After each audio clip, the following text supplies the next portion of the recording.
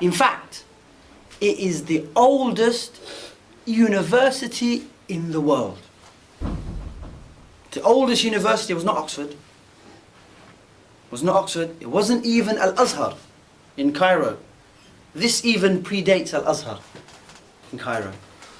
So Fatima al-Fihri, this woman, was the first person to establish the oldest university in the world. You might want to, some of you go and tell your history teachers about this particular point. The oldest universities was not in Paris or in Oxford. It wasn't the Sorbonne or it wasn't Oxford. It was in Morocco, the Qarawiyyin. This was the oldest award-granting university. So when you go to a university, inshallah, most of you, inshallah, will go, I see very young faces, you will get what they call a degree. A degree. You get a certificate, a shahada, telling you what subject you passed with what grade. It's like a GCSE as well. And A-levels, you get grade, you get a certificate to say what grade you got. In the Qarawiyyin Mosque University that Fatima al-Fihri founded, she established, this was the oldest award-giving educational institution in the world. So what Fatima al-Fihri actually did was she established a mosque/university, mini university, that became the educational center of the Western Islamic world. Whatever they had learned, even non-Muslims used to come to Al-Qarawiyyin and learn, enroll and learn. Because the Muslims at that time, we were, alhamdulillah, very advanced in our educational sort of position. We were the guardians of knowledge. We were the guardians of knowledge. Of course, it's the reverse now. We're not the guardians of knowledge at the moment. So, at that time, the whole world will come to the Islamic cities to learn the sciences, chemistry, biology, astronomy, physics, philosophy, theology, language. You know, all these sciences, people used to come and learn geography at the Islamic institutions, and one of them then being the most important, Al-Qarawiyyin. So what Fatima al-Fihri actually did was establish something that became so great so quickly that it became an engine for the European non-Muslims in Europe to help them in their development and their intellectual development as a continent. Then what's so important and significant about Fatima al-Fihri and her establishing the oldest university in the world? What is it that we can reflect and learn from her legacy, what she left behind? You know, the obvious things we can observe is that she was a woman. She was a woman. She was very rich. She was very rich. She was from a very high social class. Yeah. She was pious. She was charitable. I mean, she gave all her money. And of course, she will be rewarded for that by Allah subhanahu wa ta'ala for what she started. But I want to mention three things that we ought to reflect on very seriously. Three things. Amongst many others, but three I want to really focus your attention on. The first is this.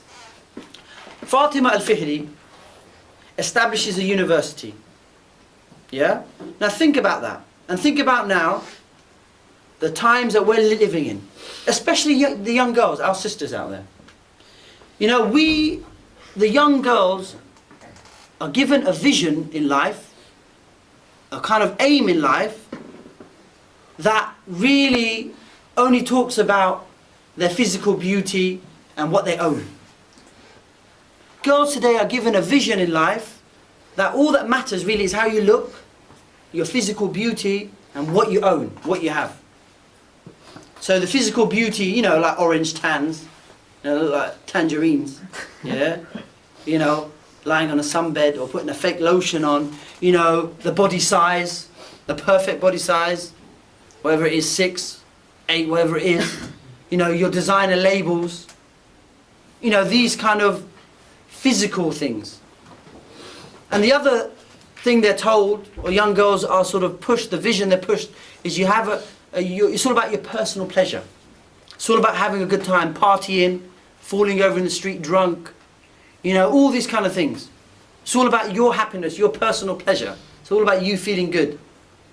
It's all about looking good, feeling good. And this is the vision really given to the young girls, especially in our times now, through advertisement, through soaps, through films, through dramas, whatever way, books, magazines, everything. Whatever you pick up, whatever you see, whatever you hear, it's all geared towards teaching, young girls, especially young women, about looks and physical beauty and about personal pleasure. Fatima al-Fihri, may Allah be pleased, have mercy on her, she had a broader vision. She was young. Her broader vision was, how can I make my society and my community better? How can I make my society and my community better? Yeah, I'm a rich woman, I'm a young woman, Allah's given me health, She's given me money, She's given me status. How can I use this for the betterment of my people, my community? Look at the maturity in that thinking. Look at the maturity in that thinking. Her vision was beyond how you look and what you own. It was more geared towards, how can I make the future better for the people I'm living with? How can I preserve Islamic learning and Islamic practice? How can I preserve ibadah and ilm? How can I preserve ibadah, worshipping Allah, and knowledge, ilm? This is what she was thinking about. How can I preserve the Islamic culture? This is the deep vision that she had. That's the mature, broad, deep vision that she had. And she donated, of course, all her money towards that aim. She sacrificed all her money as a waqf, as an endowment for this aim. For this aim. Purely out of the pleasure of Allah subhanahu wa ta'ala. That's the first point. In an age where we're pumped with messages about physical beauty and it's about what you own, your cars and your handbags and all the rest of it, and about pursuing your personal pleasure, Fatima al-Fihri's vision was, how do I make my community better, and a community that worships Allah and preserves knowledge. Look at the difference between the two. The second point I want to mention about Fatima, an observation or a lesson that we can learn from her life. There is a common misconception, and this is still bandied around in the media, is that Muslim women made no substantial contribution to their own civilization. They were in their houses, no one knew who they were, no one ever saw them. Yeah, they were just rolling bread for their husbands, cooking it in the house, getting their fingers burnt. That was it. There's all men running the society. There's all men running the society. Well, this example of Fatima al-Fihri, may Allah have mercy on her, completely shatters this.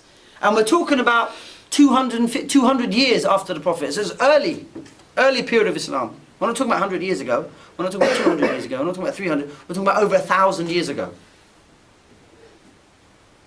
We're talking about over 1,000 years ago. A young woman with her sister. Remember, her sister established the Al-Andalus Mosque in Fez as well. So it's not just her by herself. There are many women like her, perhaps whose records we don't have. Maybe they will be discovered in the future. But this shows that it is false that Muslim women cannot be part of their society in the public space. This proves false. This completely undermines this. And it completely undermines the idea that Muslim women, their dress code stops them from becoming a member of their society. This example, Fatima al-Fihri, who was covered, and in Muslim society the women used to cover. This completely proves the idea false, that you need to take off your headscarf in order to be an active member of your society.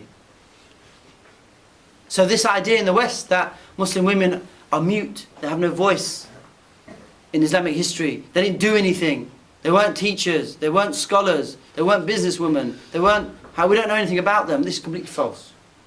It's completely false. This is a misconception about Islamic history and culture.